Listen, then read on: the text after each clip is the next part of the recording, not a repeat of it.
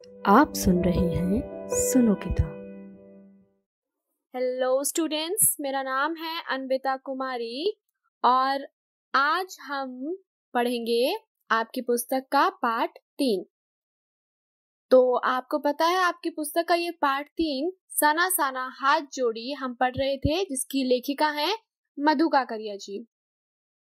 इसमें अभी तक हमने कितना पढ़ लिया था स्टूडेंट्स कि जो मधु काकरिया जी हैं वो अपनी यात्रा की कहानी लिख रही हैं। यानी ये विधा क्या बन जाती है? यात्रा वृत्तांत। विधाएं जैसे हिंदी में जो हम अलग अलग चीजें लिखते हैं ना, कविता, कहानी, उपन्यास, नाटक, आत्मकथा, संस्मरण, ये सारी क्या होती है?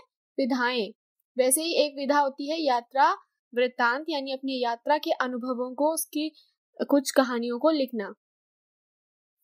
तो ये यात्रा जो मधु काकरिया जी ने की है वो है सिक्किम राज्य के गंगटोक से हिमालय की पहाड़ियों की तरफ।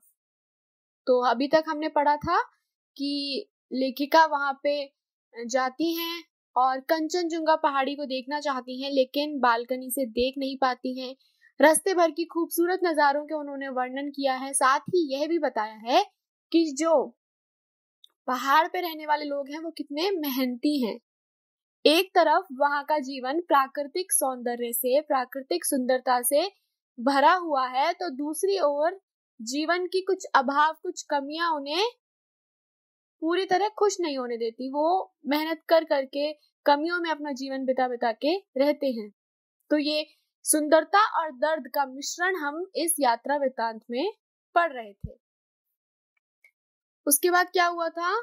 जो लेखिका है वो युमथांग की तरफ निकलती है, यानी हिमालय की घाटियों की तरफ, और उनका जो ड्राइवर भी है, वो उनका गाइड भी है, जितेन नार्गे उसका नाम है। वो उन्हें वहां के नजारों के बारे में बताता हुआ जाता है, वहां जगह की जानकारी देता जाता है, हर जगह के किस्से सुनाता जाता है कि यहाँ पे गाइड फिल्म की शूटिंग हुई थी, ये फूल ऐसे हैं, ये लोग ऐसे होते हैं, ऐसे ऐसे करते। जब वो हिमालय की तरफ पहुंच जाती हैं, लगभग हिमालय के पास, तो वहां वो कहती हैं कि अब वीरान हो गए हैं रास्ते, यानी रास्ते सुनसान हो गए हैं, लोगों की बस्तियां अब नहीं दिख रही हैं। और वो पहाड़ जो दूर से बहुत छोटे लग रहे थे, सामने अपने विराट रूप में, बहुत ही विशाल या बड़े रूप में सामने दिखाई दे रहे थे। और पतले से रास्ते से उनकी जो गाड़ी है वो हिचकोले खाते हुए, यानी जैसे धक्के लगते हैं ना जीप को, ऊपर नीचे होती है जीप, झटके लगते हैं, उसे कहते हैं हिचकोले खाते हुए वो आगे बढ़ रही थी। ठीक है, तो अब आज हम आगे पढ़ते हैं। पेज नंबर 20 पे आ जाइए। हम लोगों को पेज नंबर 20 से शुरू करना था, तो मैं पढ़ती हूँ। इस बिखरी असीम सुंदरता का मन पर यह प्रभाव पड़ा कि सभी सैलानी झूम झूम कर गाने लगे, सुहाना सफर और ये मौसम हसी। है ना? ये गाना आप लोगों ने भी सुना होगा। तो वहां जो भी सैलानी, यानी जो घूमने गए हुए थे वहां पे, वो लोग मिलकर क्या गाने लगते हैं? वहां के इतनी सुंदर पहाड़ियों को देख के, बर्फ को देख कर, जो खूबसूरती पूरे मौसम में, नजारे में यहाँ वहां बिखरी हुई थी, उसको देखकर सबका मन बहुत खुश हो जाता है और सभी लोग गाना गाने लगते हैं कि सुहाना सफर और ये मौसम हसी। पर मैं मौन थी, किसी ऋषि की तरह शांत थी। मैं चाहती थी कि इस सारे परिदृश्य को अपने भीतर भर लूं, पर मेरे भीतर कुछ बूंद बूंद पिघलने लगा था। जीप की खिड़की से मुंडकी निकाल निकाल मैं कभी आसमान को छूते पर्वतों के शिखर देखती, तो कभी ऊपर से दूध की धार की तरह झरझर गिरते जलप्रपातों को। तो लेखिका क्या बता रही हैं कि सब गा रहे थे, सब मस्ती में थे, लेकिन लेखिका जो थी वो शांत थी। कैसे? जैसे पहले कोई ऋषि मुनि अपनी तपस्या में बैठ जाते थे और शांत हो जाते थे ना, ठीक उसी तरह लेखिका भी शांत थी। उनके भीतर कुछ जम सा गया था। जब होता है ना, हम एकदम अंदर जम जाते हैं, बस उस चीज को देखते रहते हैं, उस चीज में खो जाते हैं, तो हमें वैसा ही हाल लेखिका का हो गया था। वो चाह रही थी कि जो सारा परिदृश्य, जो नजारा और जो उन्हें दृश्य दिख रहा है, उसको वो अपने अंदर भर ले। एक भी पल यहाँ वहां नजर ना हो जाए, कुछ भी वो गवा ना दे, सब कुछ अपने अंदर भर ले। और फिर उन्हें महसूस हुआ कि उनके अंदर बूंद बूंद कुछ पिघल रहा है ना, यानी कि हल्की हल्की चेतना लौट रही है। जो वो खो गई थी वो वापस अब होश में आ रही है। जीभ की खिड़की से मुंडकी, मुंडकी यानी मुंडी या सर हम कहते ना, तो सर निकाल के जैसे बच्चे देखते हैं ना, वो वैसे बार बार जीभ की खिड़की से सर निकाल के देख रही थी कि क्या देखती थी कि कभी लगता था जैसे पर्वत जो है वो आसमान को छू रहे हैं, तो कभी जो झरने बहते थे या जलप्रपात बहते थे वो लगता था कि जैसे दूध की धार बरस रही हो। ऐसे ही नजारों को देखते हुए वो बार बार अपने आप को रोक नहीं पा रही थी और बच्चों की तरह खिड़की की जीभ की खिड़की से झांकने लग रही थी। तो कभी नीचे चिकने चिकने गुलाबी पत्थरों के बीच इटला इटला कर बहती चांदी की तरह कौंध मारती बनी ठनी तिस्ता नदी को। सिलीगुड़ी से ही हमारे साथ यह तिस्ता नदी थी, पर यहाँ उसका सौंदर्य पराकाष्ठा पर था। इतनी खूबसूरत नदी मैंने पहली बार देखी थी। मैं रोमांचित थी, पुलकित थी, चिड़िया के पंखों की तरह हल्की थी। क्या कह रही हैं? जहां उन्हें एक तरफ पर्वत देखनी है, झरने देख रही है, वहां दूसरी तरफ क्या दिख रहा है उन्हें? गुलाबी पत्थर जो कि बहुत चिकने हैं। ऐसे चिकने पत्थरों के बीच में से एक नदी बह रही है जिसका पानी इतना सफेद है कि वो चांदी की तरह लग रही है ना। इठला कर बहती हुई यानी अदाओं के साथ, नजाकत के साथ बहती हुई नदी दिख रही है जो कि चांदी की नदी लग रही है क्योंकि बहुत ही सफेद पानी है। और उस नदी का क्या नाम है बच्चों? तिस्ता नदी। ठीक है, तिस्ता नदी क्या कह रही है? जब वो सिलीगुड़ी से चले थे तो वहीं से तिस्ता नदी उनके साथ थी, और लेकिन यहाँ आकर उसका सौंदर्य पराकाष्ठा पर, क्योंकि हिमालय से ही तिस्ता नदी निकलती है तो ये उसका ओरिजिन पॉइंट था जहां से वो शुरू होती है ना। तो यहाँ पे वो सबसे ज्यादा खूबसूरत लग रही है, पूरे उफान पर है, पूरी स्वच्छता है उसमें, सुंदरता के साथ साथ स्वच्छता भी है, साफ है वो। लेकिन जब वो राज्यों से, शहरों से होती गुजरती है, सिलीगुड़ी तक पहुंचती है, तो वहां पे लेखिका ने उसे देखा जहां वो इतनी खूबसूरत नहीं थी। खूबसूरत वहां पे भी थी लेकिन इतनी नहीं थी जो हिमालय के पास लग रही है। वो कह रही है कि इतनी खूबसूरत नदी उन्होंने पहली बार देखी, इसीलिए वो रोमांचित हो गई, अंदर से उत्साहित हो गई, खुशी का माहौल बढ़ गया और ऐसी पुलकित हो रही थी, इतनी खुशी हो रही थी उन्हें कि जैसे चिड़िया के पंख होते हैं हल्के, उससे भी हल्का उन्हें महसूस हो रहा था। उन्हें लग रहा था वो उड़ जाएंगी खुशी की वजह से। मेरे नगपति मेरे विशाल, मैंने हिमालय को सलामी देनी चाहिए कि तभी जीप एक जगह रुकी। खूब ऊंचाई से पूरे वेग के साथ ऊपर शिखरों के भी शिखर से गिरता फेन उगलता झरना। इसका नाम था सेवन सिस्टर्स वाटरफॉल। फ्लैश चमकने लगे। सभी सैलानी खूबसूरत लम्हों की रंगत को कैमरे में कैद करने में मशगूल थे। अब क्या हुआ? लेखिका जो है वो हिमालय को देखकर सलामी देना चाह रही है, कुछ कहना चाह रही है, अपनी श्रद्धा व्यक्त करना चाह रही है, तो बस इतना कह पाती है, मेरे नगपति मेरे विशाल। आगे बात रुक जाती है क्योंकि जो जीप थी जो चल रही थी उनकी गाड़ी भी वहीं रुक जाती है। क्यों? क्योंकि सामने एक झरना होता है जो फेन उगल रहा था। फेन यानी जिससे दूध के झाग होते हैं ना, वैसे ही फेन होता है। तो पानी इतनी तेजी से और इतने स्पीड के साथ गिर रहा था कि लग रहा था कि झाग हो रहे हैं पानी में, और बहुत ही खूबसूरत झरना था जिसका नाम क्या था? Seven sisters waterfall. ठीक है, ये बहुत ही एक खूबसूरत झरना है बच्चों। आप इसके बारे में जानकारी भी प्राप्त कर सकते हैं कहीं लाइब्रेरी से या इंटरनेट से पढ़कर। बहुत ही खूबसूरत झरना है सेवन सिस्टर वाटरफॉल।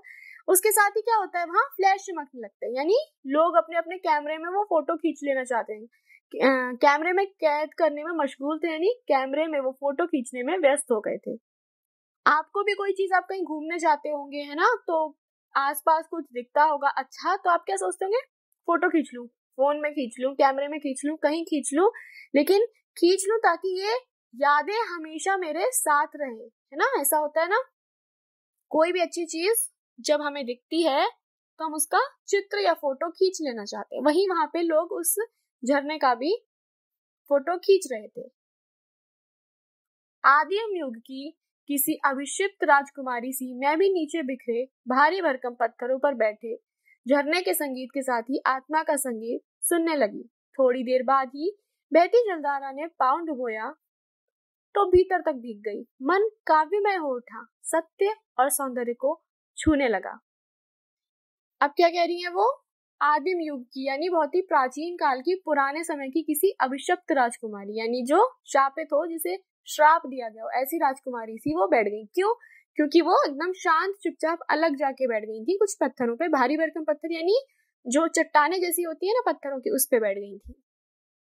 और क्या कह रही है वो, झरने का संगीत के साथ उन्हें आत्मा का संगीत सुनाई दे रहा था, यानी जो झरने की आवाज है वो इतनी खूबसूरत लग रही थी कि उन्हें अंदर आत्मा तक महसूस हो रही थी। उसके बाद जो वहां जलधारा बह रही थी, उन्होंने उसमें थोड़ी देर पैर भिगोए। कहते हैं ना, नदी ऐसी किसी जगह अगर आप पैर भिगोकर बैठते हैं तो बहुत ही ठंडक और एक अलग अनुभव होता है, आपकी सारी थकान, सारी चिंताएं सब मिट जाता है, सब दूर हो जाता है। तो वैसे ही लेखिका के साथ भी हो रहा था कि वो अंदर तक अपने आप को भीगा हुआ महसूस कर रही थी, अपने आप को महसूस कर रही थी कि जो पांव उन्होंने पानी में डुबोए हैं, ये इसका एहसास अंदर तक हुआ है। मन काव्यमय हो उठा था, यानी मन में लय आने लगी थी, मन किसी रचना को रच देना चाहता था। ऐसा लग रहा था कि उन्होंने सत्य, जीवन का सत्य जान लिया है, कुछ सुंदर चीज देख लिया और इससे ऊपर अब कुछ नहीं है। जीवन की अनंतता का प्रतीक वह झरना, वह अद्भुत अनूठे क्षणों में मुझ में जीवन की शक्ति का एहसास हो रहा था। इस कदर प्रतीत हुआ कि जैसे मैं स्वयं भी देश और काल की सरहदों से दूर बहती धारा बन बहने लगी हूँ। भीतर की सारी तामसिकताएं और दुष्ट वासनाएं इस निर्मल धारा में बह गईं। मन हुआ कि अनंत समय तक ऐसे ही बहती रहूं, सुनती रहूं इस झरने के पुकार को। पर जितेन मुझे ठेलने लगा, आगे इससे भी सुंदर नजारे मिलेंगे। आप क्या बता रही हैं वो, जीवन की अनंतता का प्रतीक वह झरना, यानी वो झरना किसका प्रतीक था, जीवन की अनंतता, यानी जीवन का कोई अंत नहीं है, जीवन की कोई सीमा नहीं है, इस बात का प्रतीक, इस बात का सूचक था वो झरना, क्योंकि वो लगातार बहता जा रहा था। और ऐसे अनोखे क्षणों में, ऐसे अनोखे पलों में लेखिका को भी एक अलग ही एहसास हो रहा था, जीवन कितना शक्तिशाली है ये एहसास हो रहा था। और उन्हें क्या लगा कि वो देश या किसी समय की सीमाओं से बहुत दूर है, कहीं बंधी हुई नहीं है, बल्कि एक धारा है। जैसे नदियां होती है ना, उनपे कोई पास तो लगता नहीं कि आप इस राज्य से इस राज्य में नहीं बह सकती, इस जगह से इस समय नहीं जा सकती, या आज बह रही है तो कल नहीं बह सकती। ना तो उनके पास समय की सीमा है और ना ही देशों की। वो एक देश से दूसरे देश, एक राज्य से दूसरे राज्य, आज भी बह रही है, कल भी बह रही है, परसों भी बहेंगी, बहती जाती है। तो ऐसा ही जो नदियों की तरह लेखिका खुद को महसूस कर रही थी कि वो भी ऐसी कोई जलधारा बन गई है और बहती जा रही है। तामसिकता और दुष्ट वासना, यानी जो हमारी बुरी इच्छाएं होती है ना, वो लग रहा था कि अब सारी निर्मल यानी स्वच्छ साफ धारा में बह गई हैं। मेरे मन में कोई भी बुराई नहीं रह गई है, सारी बुराइयां इस निर्मल धारा में बह गई हैं। मैं चाह रही थी कि मैं ऐसे ही बहती रहूं, यानी उस नजारे में खोई रहूं, उस आवाज को सुनती रहूं और अपने आप को भी एक जलधारा समझती रहूं। लेकिन जितेन कौन था? जितेन? उनका ड्राइवर कम गाइड। वो उन्हें ठेलने लगा, यानी धक्के देने लगा कि चलिए उठिए, इससे भी सुंदर नजारे आगे मिलेंगे, आपको दिखाता हूँ, एक ही जगह मत बैठ जाइए। अनमनी सी मैं उठी। थोड़ी देर बाद ही फिर वही नजारे, आंखों और आत्मा को सुख देने वाले। कहीं चटक हरे रंग का मोटा कालीन ओढ़े तो कहीं हल्का पीलापन लिए, तो कहीं पलस्तर उखड़ी दीवार की तरह पथरीला, और देखते ही देखते परिदृश्य में सब छूमंतर, जैसे किसी ने जादू की छड़ी घुमा दी हो। सब पर बादलों की एक मोटी चादर, सब कुछ बादलमय। अब क्या है, वो कहती है अनमनी से उठी, यानी मन नहीं था वहां से जाने का। अनमनी यानी जब आपका किसी काम करने का मन ना हो, मन नहीं था वहां से उठने का, वहां से जाने का, पर उन्हें उठना पड़ा। जब वो जीप में बैठ के आगे बढ़ती हैं तो थोड़ी देर बाद उन्हें वही नजारे, यानी फिर कुछ ऐसा दिखता है जिससे मन खो जाए, आंखों को सुकून मिले, आत्मा को सुख मिले। और जैसे कहीं चटक हरे रंग का मोटा कालीन ओढ़े, क्योंकि हरियाली होती है ना, तो वहां ऐसा लग रहा था कि किसी ने हरे रंग का कालीन बिछा रखा है। कहीं पीले नजारे, कहीं पलस्तर उखड़ी दीवारों की तरह पथरीला, और देखते ही देखते मतलब अलग अलग तरह के दृश्य देख रहे थे, और देखते ही देखते सब गायब हो जाते थे। कैसे छुमंतर, जैसे जादू में कहते हैं ना, उस छुमंतर किया चीज सामने आ गई, छुमंतर किया चीज गायब हो गई। वैसे ही हो रहा था कि कभी इतने सुंदर नजारे आंखों के सामने आ रहे थे और कभी एकदम से वो ओझल हो जा रहे थे, जैसे कोई जादू की छड़ी घुमा रहा हो, वाकई में कोई जादू कर रहा हो। और फिर सब पे बादलों की मोटी चादर छा गई, यानी कि बादल आ गए थे, इतने बादल आ गए कि सारे नजारों को ढक लिया और सब कुछ बादल में हो गया, यानी बादल ही बादल अब दिखने लगे थे। नेक्स्ट पेज पर आइए, पेज नंबर 21। चित्र लिखित सी में माया और छाया के इस अनूठे खेल को भर भर आंखों देखती जा रही थी। प्रकृति जैसे मुझे सयानी बनाने के लिए जीवन रहस्यों का उद्घाटन करने पर तुली हुई थी। अब वो क्या कह रही हैं, ये जो छाया और माया, यानी कभी नजारे दिख रहे थे, कभी नहीं दिख रहे थे, कभी कोई चीज सामने आ रही थी, कभी गायब हो जा रही थी। ये जो अनूठा खेल प्रकृति खेल रही थी, वो भर भर आंखें, यानी आंखों में हर दृश्य को भरकर लेखिका उसे देख रही थी। वो हर दृश्य को देखना चाहती थी, आंखों में भर लेना चाहती थी, अपने भीतर तक उतार लेना चाहती थी। उन्हें ऐसा प्रतीत हो रहा था जैसे जो प्रकृति है वो उन्हें सयानी बनाना चाह रही, सयानी यानी समझदार बनाना चाह रही है, उनको ज्ञान देना चाह रही है कि जीवन रहस्य क्या है, असल में जीवन क्या है, उसको कैसे जीना है, ये सारी चीजें उन्हें बता रही थी। नए नए रहस्य राज जो किसी को नहीं पता होते, वो बातें प्रकृति उन्हें समझा रही थी ताकि वो और सयानी और समझदार हो जाएं। देखिए आप कि एक सिर्फ एक घूमने के जो अनुभव होता है उसको कितनी खूबसूरती से बयां किया जा सकता है, ये सिर्फ कोई लेखक लेखिका ही कर सकते हैं। हम जाते हैं, है ना, हम क्या करते हैं, जाते हैं, घूमते हैं और वापस आ जाते हैं। हाँ, वो कुछ चीजें हमें याद रह जाती हैं कि हाँ हमने वहां पे ये यादगार चीजें की, ये वहां खूबसूरत चीजें देखी, इमारतें देखी, नजारे देखे, लेकिन इनको शब्दों में बांधना एक कला होता है ना। तो आप क्या करेंगे, आप जब कहीं भी घूमने जाया करें ना, तो एक आके कुछ थोड़ा सा 1-2 पैराग्राफ लिखने की कोशिश किया करें, है ना। इससे क्या पता कल आप में से ही कोई बहुत बड़ा राइटर बन जाए। तो इसीलिए आपको ये कलाएं आती रहनी चाहिए कि आप बहुत ही खूबसूरती से कैसे अपने शब्दों को बयां कर सकते हैं। जरूरी नहीं है आप ऐसे ही लिखें, आप जब कहीं भी घूम कर आए तो कहीं थोड़ी कोशिश कीजिए, एक डायरी बना लीजिए, एक रजिस्टर बना लीजिए कि उसमें आप लिखें कि मैं यहाँ गया, इन लोगों के साथ गया था, वहां पे मैंने ये किया, मैं इतने बजे पहुंचा, ये देखकर मुझे ऐसा लगा। मतलब जो कुछ भी आपके मन में भाव आते हैं वो उसको लिखने की कोशिश जरूर करें, ठीक है। चलिए आगे बढ़ते हैं। 21 पेज का सेकंड पैराग्राफ। धीरे धीरे धुंध की चादर थोड़ी छंटी। अब वहां पहाड़ नहीं, 2 विपरीत दिशाओं से आते छाया पहाड़ थे, और थोड़ी देर बाद ही वे छाया पहाड़ अपने श्रेष्ठतम रूप में मेरे सामने थे। जीप थोड़ी देर के लिए रुकवा दी गई। मैंने गर्दन घुमाई, सब ओर जैसे जन्नत बिखरी पड़ी थी। नजरों के छोर तक खूबसूरती ही खूबसूरती, अपने को निरंतर दे देने की अनुभूति कराते पर्वत, झरने, फूलों, घाटियों और वादियों के दुर्लभ नजारे। वहीं कहीं लिखा था थिंक ग्रीन, यानी कि लेखिका क्या कह रही है, ये जो धुंध की चादर, यानी जो बादल बादल हर जगह आ गए थे, ये अब छटने लगे थे, यानी बादल हटने लगे थे।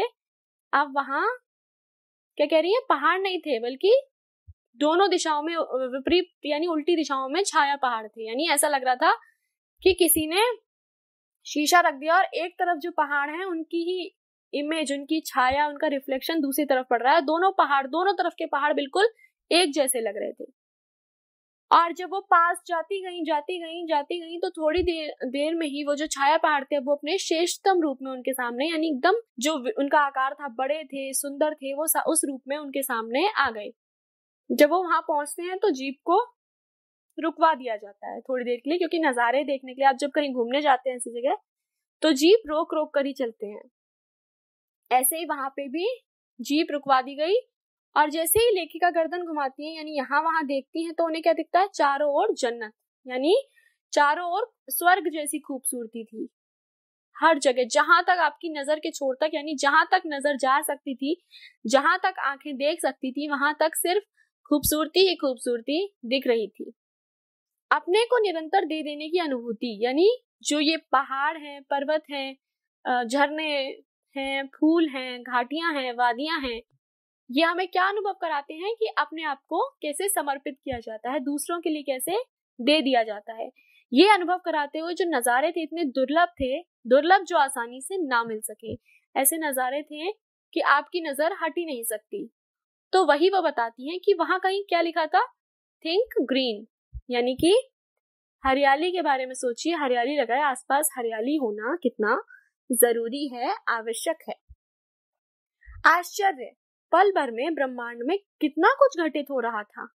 सतत प्रवाहमान झरने, नीचे वेग से बहती तिस्ता नदी, सामने उठती धुंध, ऊपर मंडराते आवारा बादल, मध्यम मध्यम हवा में हिलोरे लेते प्रियोता और रूडोडेंड्रो के फूल, सब अपनी अपनी लय, तान और प्रवाह में बहते हुए। चैरवेती चैरवेती, और समय के इसी सतत प्रवाह में तिनके से बहता हमारा वजूद। अब क्या कह रही हैं वो कि उन्हें आश्चर्य हो रहा था। किस चीज का आश्चर्य? कि ये जो ब्रह्मांड है, ये जो हमारा यूनिवर्स है, इसमें एक ही पल में, छोटे से सेकंड में कितना कुछ घटित हो रहा था, नहीं कितनी सारी घटनाएं एक साथ हो रही थी। सतत प्रवाहमान यानी लगातार बहने वाला झरना लगातार बह रहा था। नीचे वेग से यानी बहुत तेजी से बहती हुई तिस्ता नदी थी। सामने बादलों की धुंध उठ रही थी। ऊपर आवारा से बादल घूमते हुए लग रहे थे, है ना। मध्यम मध्यम यानी धीमी धीमी हवा में प्रियुता और रोडोडेंड्रो के फूल हिल रहे थे। सारे नजारे इतनी खूबसूरत थे कि ऐसा लग रहा था हर चीज, प्रकृति की हर चीज अपनी तान में, अपने प्रवाह में खोई हुई है, अपनी लय में नाच रही है, अपने उसमें गा रही है, खोई हुई है, जिंदगी का मजा ले रही है, सब कुछ कर रही है। चैरवेती चैरवेती किसका संदेश दे रहे हैं? कि चलते रहो चलते रहो, यानी कि जीवन का नाम क्या है? चलते रहना, रुकना नहीं है। चाहे कुछ भी हो, रुकना नहीं है। और इसी सतत प्रवाह में, यानी जो लगातार बहती रहने वाली चीजें, हर चीज का प्रवाह, हर चीज फ्लो में जा रही थी, हर चीज चल रही थी, उसमें तिनके सा क्या बह रहा था, यानी हमारा वजूद, हमारा जो अस्तित्व कितना छोटा लग रहा था वहां पे, कि हाँ ये भी बह रहा है लेकिन ये कितनी छोटी चीज है, हमारा अस्तित्व कितनी छोटी चीज है। पहली बार एहसास हुआ जीवन का आनंद है यही चालायमान सौंदर्य। क्या कह रही हैं? कि पहली बार उन्हें ये एहसास हुआ कि जीवन का आनंद, जीवन की खुशी बस यही है, चलायमान सौंदर्य, जो सौंदर्य, जो खूबसूरती है, जो चलती जा रही है, बस यही। रुकना जीवन की सुंदरता नहीं हो सकती। चलते रहना ही जीवन की सुंदरता है, जीवन का असली आनंद, जीवन की खुशी है। क्योंकि आप खुद सोचिए, अगर रुक जाएंगे तो जीवन ही रुक जाएगा, और जीवन रुक गया तो क्या है बात की खूबसूरती, है ना।